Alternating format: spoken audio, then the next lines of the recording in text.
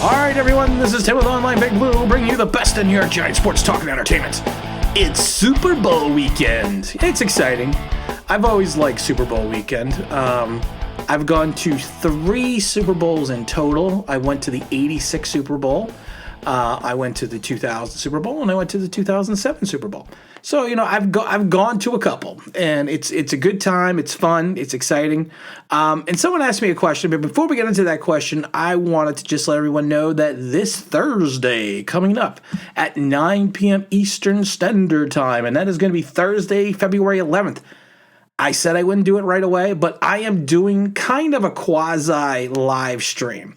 I wanted to do a Giants trivia live stream, and that's what we're going to be doing. I'm going to be giving away Giant prizes. The grand prize is going to be a set of 4 New York Giants replica Super Bowl rings. I had them on in my last live stream, and people seemed to get a kick out of them, so I went and purchased another set.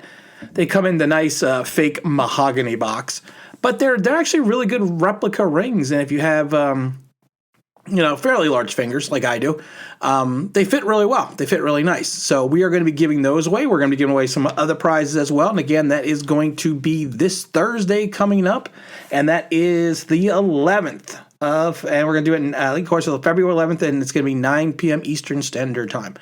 So with the Super Bowl coming around, I've been getting a couple emails, and the emails have been, where do you think the Giants are in relation to becoming Super Bowl champions or even going to a Super Bowl after what we saw in the 2020 season? And I never really wanted to answer the question, and I kind of tried to evade it as much as I possibly could, because you know what? I don't think the answer is going to be what a lot of people like, because we as a Giant organization have not been in the Super Bowl since, of course, 2011. And honestly, I don't see us going there in the next maybe 4 to 5 years. And that's not saying the team is not going to improve over that period of time. It's not saying that Joe Judge is going to be a failure. It's not saying Daniel Jones is going to be a failure. It's not saying that Saquon Barkley is not coming back from injury. But if you take a step back and look at this team from a logistical standpoint, and you look at this team in reference to a standpoint of honesty, we are still a far way away. Now, let's just jump into the offense for a second. Everyone's talking about Jason Garrett coming back and how, that hopefully will build continuity with Daniel Jones. Daniel Jones is going into his 3rd year. This is literally a make or break season for Daniel Jones. I'm not going to sugarcoat it. He has to show a progression this year. He has to step up. He has to show the Giants what he's made of. He has to show that the faith that the organization has in him in year 3 is going to be warranted. And I also tell you, a lot of that faith is the fact that he's got a $15 million dead cap number. But he has to make that jump. He's got to make that leap. And if he doesn't, we got problems. And that'll set us back towards our Super Bowl goals. Same thing with the wide receiver position. You're looking at Darius Slayton and Sterling Shepard. I'm not looking at Dante Pettis, because Dante Pettis, you don't know what you're going to get. Golden Tate's gone. But we need to find at least 2 proven commodities, or maybe 1 proven commodity and 1 rookie to fill that end of the squad out. And then we jump over to the tight end situation. The tight end situation is just as much as a mess, because we don't know what we're doing with Evan Ingram. Caden Smith, for as much as everyone loved him, I am not a Caden Smith fan. I've been saying this all year. Caden Smith is a 3rd tight end at best. And that's not a slight, because you need a 3rd tight end in some of these teams. But we got to figure out the tight end situation. And then the offensive line. We can potentially have 2 to 3 openings on the offensive line. I mean, and then you still have a huge question mark with Andrew Thomas. I think Andrew Thomas is going to be fine. But the guard position next to him, you're not sure what Shane Lemieux is going to do. You're not sure, what Will Hernandez is going to do.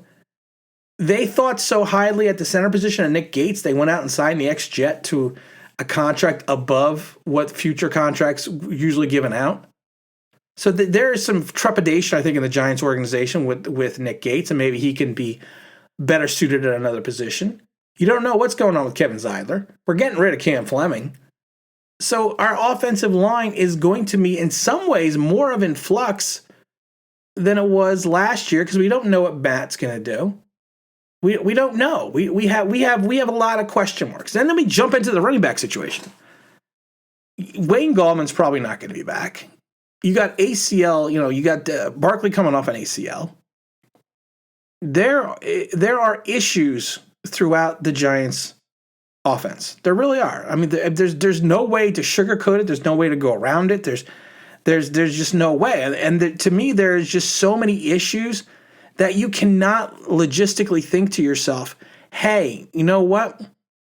We have a Super Bowl offense. And you know what? And I've always said, and a subscriber said it best, that, defense wins championships, offense wins games.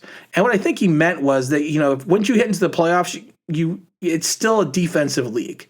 But during the regular season, you can carry yourself with a good offense can carry a bad defense. And it's kind of a quandary right now because it's really not that way. But Tampa's got a pretty good defense. And Kansas City's got a so-so defense.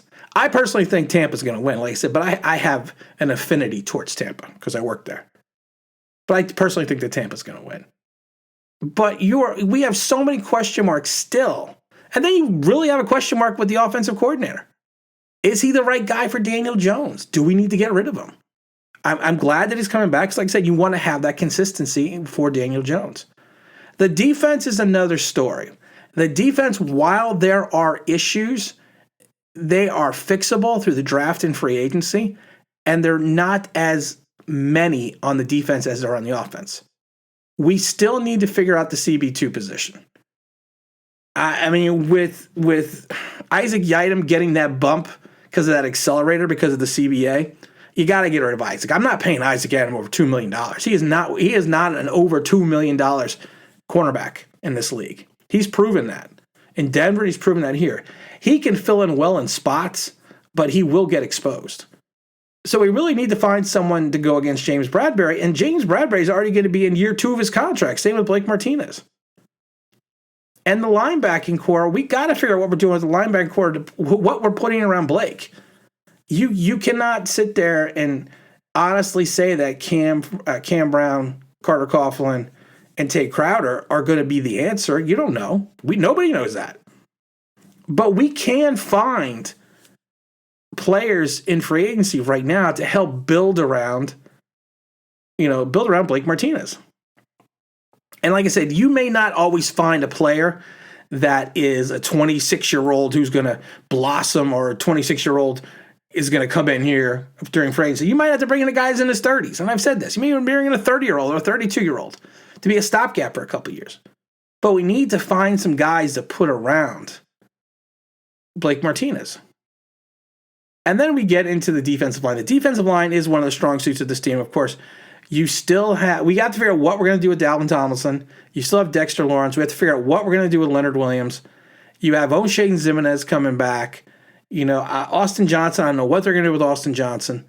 But they had talent on that front four. And we have to see if we can keep that talent together. I personally think we sign Dalvin Tomlinson, let Leonard Williams walk, and bring in an actual proven edge rusher. Because I think if we man up on the CB2 position, we have enough talent between McKinney and Peppers and Logan Ryan and James Bradberry and Darnay Holmes. We have enough talent in that backfield to hold teams accountable. But we just need to figure out a way to generate a pass rush. And I think if we can generate a consistent pass rush, we can easily plug in a rookie into the CB2 position. And there are some veterans also in the CB2 position that I said that, we could potentially go after. But how close are we to the Super Bowl? I mean, I think we're probably 2 to 3 years away from the playoffs. If we draft well and we manage the cap well, and we figure out the right players for the right scheme during free agency, we may be 3 to 5 years away from being a competitive team in the NFC East. And I mean competitive by making the playoffs consistently and being able to go deep into the playoffs. But if you're asking me in the next 2 years, are we going to be a Super Bowl contender? I don't see it. And that's, like I said, that's not saying the team's going to be bad. It's just an honest, outright assessment that we are probably still at least 3 to 5 years away from being a consistent winner. And that's if the team is going to be built properly.